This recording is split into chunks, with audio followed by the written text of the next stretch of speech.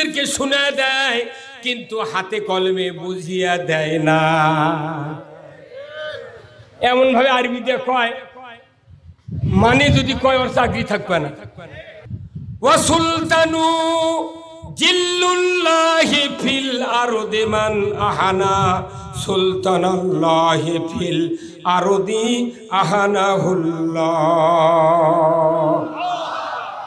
আমার বাংলাদেশের 5,12,000 মসজিদের প্রায় মসজিদে 12 আনা মসজিদে আশরাফ আলী থানভীর খুতবা আছে, আর দৈনিক শুক্রবারে সানি খুতবাতে এই হাদিসটা তেলাওয়াত করা হয়। এই হাদিসটা হলো রসুলের জীবনের রাষ্ট্রনীতির হাদিস। জোরে কোন আল্লাহু আকবার। এই রাষ্ট্রনীতির হাদিসটা হলো এত গুরুত্বপূর্ণ, যার কারণে প্রতি শুক্রবারে ইমাম মসজিদের মুসল্লিদেরকে শুনে দেয়, কিন্তু হাতে কলমে বুঝিয়ে দেয় না। এমন ভাবে আরবিতে কয়, মানে যদি কয় ওর চাকরি থাকবে না। আহারে কি ক্যাপাসিটি রে! এগুলা ইমাম কিয়ামতের মাঠে এক কানি জড়ো করবি আল্লাহ। কবে ইমাম ওগুলো তো বান্ত, ওই মুক্তাদিরা ইমামের সামনে যে জান্নাত যাবে, মুক্তাদিরা সালাম দিবা, আসসালামু আলাইকুম হুজুর ভালো আছেন? আসিবা তে আপনাকে বান্ধা থতে গা কোথা, আমার বলে হিসাব পরে হবি। কখন হবে? পরে হবে। পরে কি হবে বুঝা দিবি। তুমি মসজিদের খতিব, আমি মসজিদের খতিব। আল্লাহ রসুল বলছেন ওয়া সুলতানু জিল্লুল্লাহ, আল্লাহু আকবার। ন্যায়পরায়ণ শাসক আল্লাহর ছায়া সদৃশ্য। জোরে করে আল্লাহু আকবার। ন্যায়পরায়ণ শাসক কার ছায়া?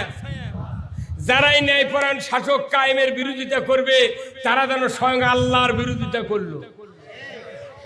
তারা যদি আল্লাহর বিরোধিতা করে, ওর নামাজ কোথায় যাবি, রোজা কোথায় যাবি, ওর তেলাওয়াত, ওর ইতিকাফ, ওর হজ, ওর উমরা, ওর জিকির আজকার, দাড়ি টুপি জুব্বা পাগড়ি কতদিন ধুলাউড়ি হয়ে উড়ে দেবে।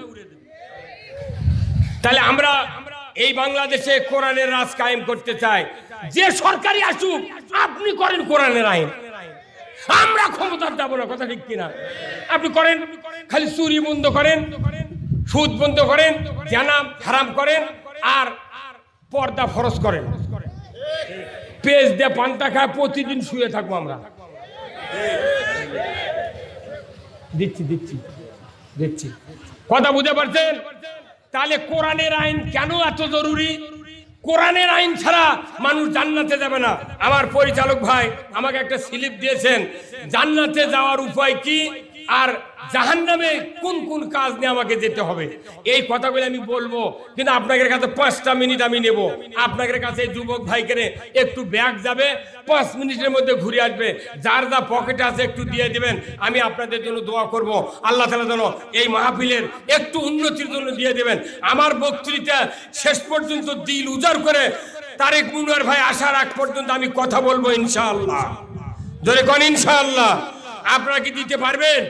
যার যা পকেটে আছে 5 টাকা, 10 টাকা, 50 টাকা, 100 টাকা, ভিআইপি পার্সোনাল চশমাওয়ালা ভাই আছেন, আপনার কমপক্ষে 500 টাকা দেওয়া লাগবে। কি কথা ঠিক কিনা? এমপি সাহেব আমার এনামুল ভাই, বহুদিন থেকে আমি এখানে মাহফিল করি, উনি 25,000 টাকা দিয়েছেন। আমি ওনাকে বলছি ভাই আপনি 1,02 টাকা দিবেন পারে কি? ওনার মতো একটা এমপি যদি সংসদে খালি বলে বা এখানে দাঁড়িয়ে যদি খালি বলে আপনারা যদি আমাকে সহযোগিতা করেন, আমি সংসদে গিয়া চুরি বন্ধের আইনের কথা বলবো। এই কথা বললি একটা ফুট কুন্টি যাবে না। কথা ঠিক কিনা? আবার আবুল কালাম আজাদ মেয়র ভাই, উনি যদি বলেন আপনারা যদি আমাকে ভোট দেন আমি জেনা বন্ধ করব। এখানকার যিনি বর্তমান মেয়র, উনি যদি বলেন আমি পর্দা ফরজ করব, দেশ পানি হয়ে যাবে। এই কথাগুলো নেতাকে মুখ দিয়ে বাড়ান লাগবি। এই কথা আমরা বলি দেখে আমাদের বিপদ। কথা ঠিক কিনা? তাহলে এই কথাটা ওনাদের মুখ দিয়ে বার করার জন্য এই কথাগুলো ওনাদেরকে শুনতে হবে। কিন্তু দুঃখের বিষয়, যারা এই কথাগুলি আপার লেভেলে বলে তারা আমাকে সবার বেশিক্ষণ তাহলে ব্যাগ গেছে ভাই, ব্যাগ গেছে, আপনারা দেন আর আমার কথা শোনেন।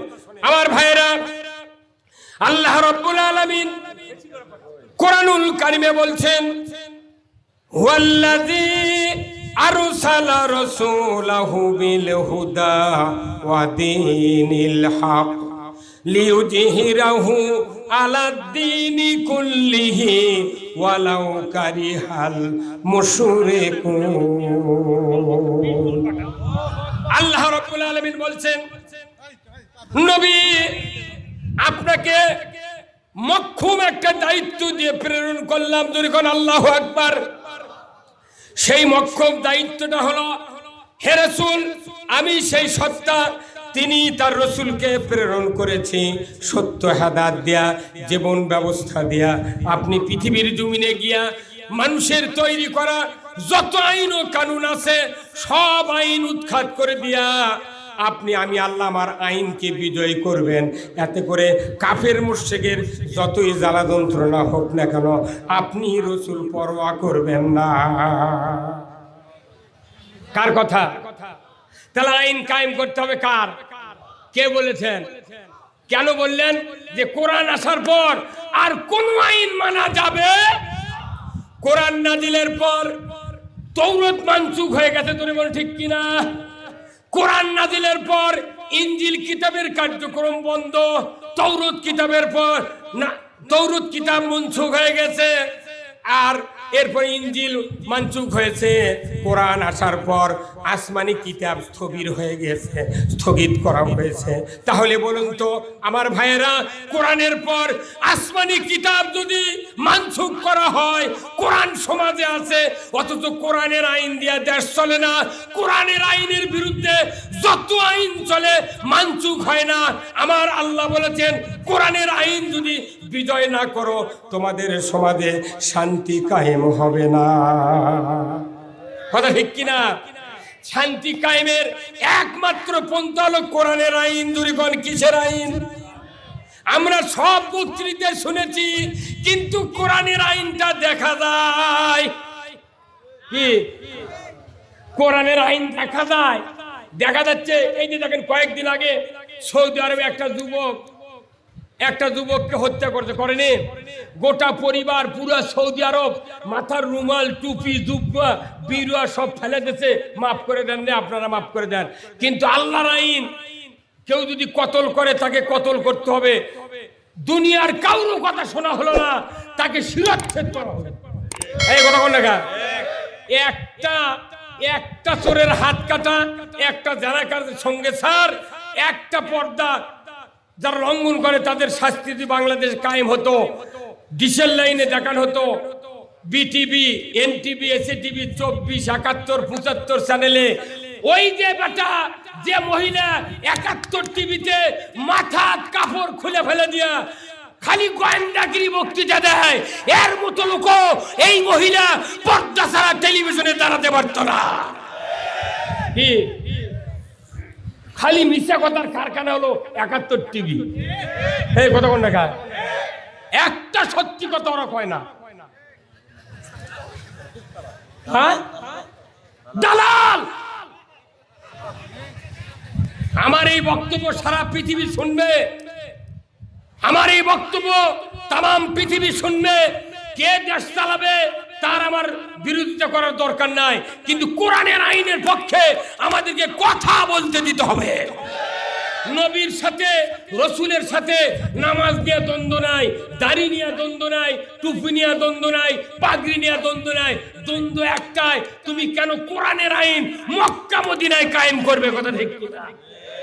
আপনি এমন ইমাম আছে বাংলাদেশে 40 বছরের ইমামতি করে, একদিনও শরিয়া হর্ষইয়ার দন্তান্ন আল্লাহর যে আইন আছে জীবনে উচ্চারণ করে নাই। কি এগুলো ইমামের বাটাম ফাটাবি। আইন মানবো আল্লাহ। আমি যদি আল্লাহর আইন মানার কথা কই, আওয়ামী লীগের লোক খেপে লাভ আছে, জাতীয় পার্টির লোক খেপে লাভ আছে, বিএনপি খেপে লাভ আছে, পীর খেপে লাভ আছে। চুরি করবি হাত কাটবি, ওই তুই আমরা দরজা খুলে দে ঘুম পার। হ্যাঁ কথা কর।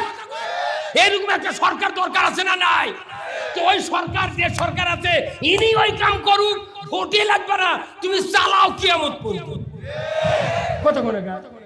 কে ভাই ইঞ্জিনিয়ার ভাই কি ওই চালাক? না ভোটই বড়, ভোটের এটা কাম নয়। জনগণ যদি কোরআনের আইন চায় ভোট লাগবে না। ওই উমর ফারুক কি ভোট দিয়ে আমিরুল হচ্ছিল?